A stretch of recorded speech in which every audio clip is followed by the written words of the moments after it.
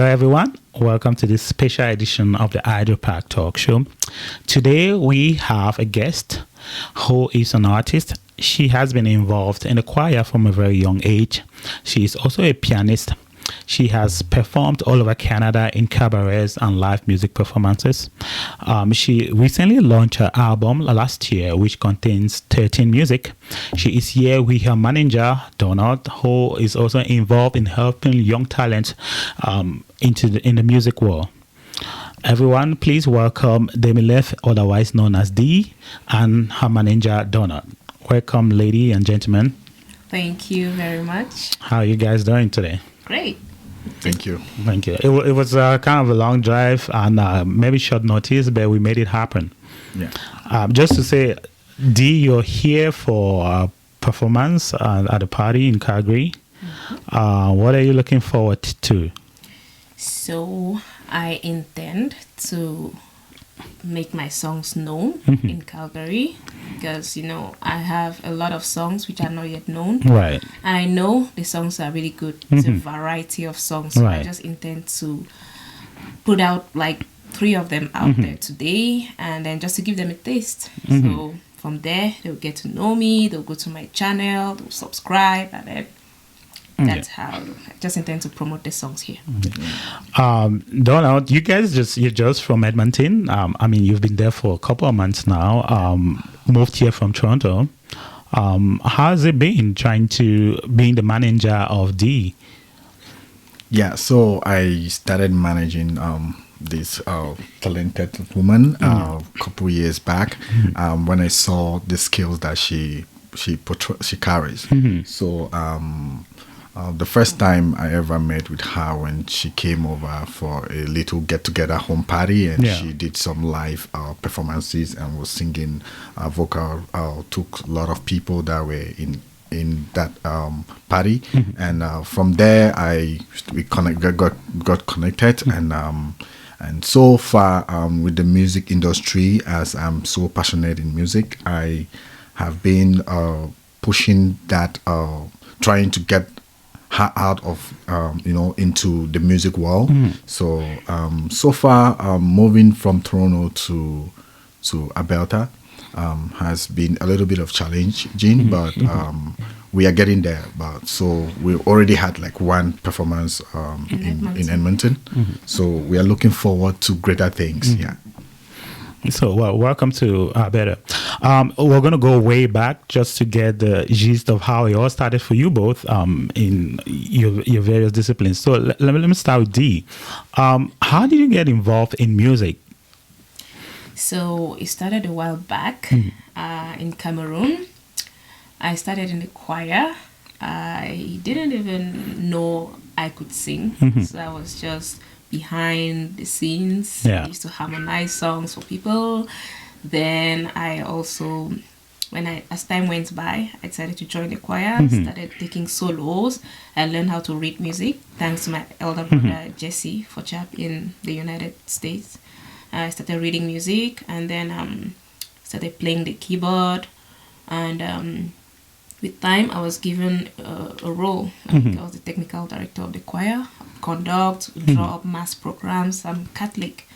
Draw up mass programs and then organize the choir. But still, I didn't know I could sing because I was shy. Right. I was always behind. So it's when I came to Canada that I went to Arilon restaurant that's in Toronto. So when I went there, I saw a guitarist, CeeLo West, and he was playing and singing. I said, well, I'll just try. I didn't know. I just saw a mic. I said, okay, let me see what I can do. I just sang something and it was just flowing and people were like, wow. It was the first time I was ever singing. So in public like that, but it was actually in me, but I just needed a push. So from there, I started singing, and some people were like, why don't you come up with your own songs? Why are you only singing people's songs? Because I always used to sing Douala songs, Zouk, all types. So I said, okay. I wasn't really interested. I just decided to go to the studio and record, get a beat online, an instrumental, see how it looks like. So I did this Avec le temps, that's the title. That's the first track, the very first track I did. So I wrote and then I featured this other Cameroonian artist, MC Zogo. He's there in Oh, Toronto. yeah. He's a friend of mine too. Oh, really? So we're getting to discover each other as we go along. Yeah. Yeah, so I featured him avec le temps. He sang. People were like, wow, why don't you continue? Yeah. Why don't you? I said, it takes money. Yeah. It takes, who would manage me? Who is going to give me the money? It was all from my pocket. So it's not that easy. So, and I did that. It wasn't really good, the sound quality, right? It was my first song, so I had to work on that to redo the beat, and people were advising me, do this, it's not really good here. I was getting a lot of advice from elsewhere. So with time, I just started liking it, then continued the next one and the next and the next. So that's how I just decided to launch an album. Yeah, interesting. So you have 13 songs, like we said earlier. What is your genre of music? What is it that you're interested in, and what is it that people find in your album? So my primary genre is Zouk love, because it's very romantic. I like romantic songs, like talking and singing about love. So it turns out it just goes with my voice. Yeah, but doesn't mean I can't sing other types. Yeah, like you see in my album, we have 13 tracks. We have like 4 Zouk love beats, and the rest are, you have Njang, you have Ndombolo, you have Nijasta, you have all types. Anyone picks the album. Like, I don't like this one, I don't like this, I don't like. He will stumble on something he likes. There's a variety. Yeah. So you're kind of fluid. You can navigate your way through the kind of songs.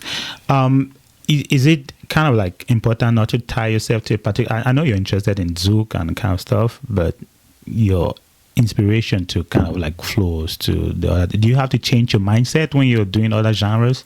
Not. It depends on what I'm writing on. Like, it doesn't have to be love. For example, the beat, the song Jonglé is it's like traditional.